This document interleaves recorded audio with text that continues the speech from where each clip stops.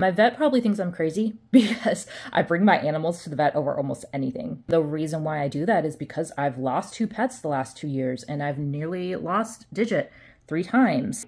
I just can't stomach anything being wrong with my animals. I want to make sure they're okay. I've lost Sapphire, I've lost Princeton, and it's been more than just losing them. They've had surgeries, they've had, trips to the hospital. Digit, you all know his story. If you don't, he has a rare autoimmune disorder. It's called pure red cell aplasia, and it's where his body destroys his red blood cells before they're finished being made, so they can't even leave the bone marrow without being destroyed. So he cannot make red blood cells very quickly. Because of that, he gets anemic, and it's beyond just a basic anemia. It's non-regenerative. So he cannot make the red blood cells. He will die without medical intervention. And I did not know that until it nearly killed him at 9 months old. And that was a whole crazy, very stressful thing on me because I was younger and I did not know that those sorts of things could even happen. And then he nearly died again when he was 1.5 years.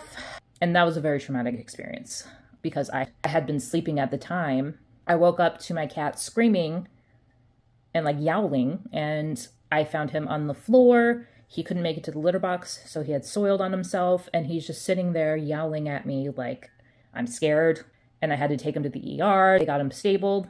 The next day he came home. He was doing great, and then he crashed that night. And then we ended up rushing 3 hours away because over here we didn't have enough blood for him. And then Sapphire, who I lost last year around December, she died from a mass on her spleen that burst suddenly that we didn't know was there, but it wasn't a surprise because she had melanoma. She went through a lot of medical stuff. She tore both of her CCLs. She had to have surgery on those at separate times. She had surgery on her throat because she had a gland that was leaking. She went through a ton, and then Princeton was crazy. There's just so much trauma tied to everything that now I'm super paranoid of losing my animals. I am so paranoid of losing them. And people think I'm crazy over it, and I am crazy over it. I am aware that I'm crazy over it.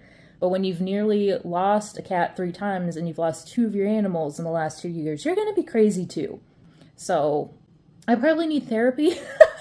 It's been a long 5 years, and I don't know how to conclude this video, but check in on your friends who go through stuff like this, because it can be mentally taxing on them. And for those of you who go through things like this, make sure you take time for yourself in whatever way that means for you. Do what you need to do to take care of yourself, because you can't pour from an empty cup. Don't be like me, where you drain yourself so much that you end up with an autoimmune disorder after 5 years. Don't be like me.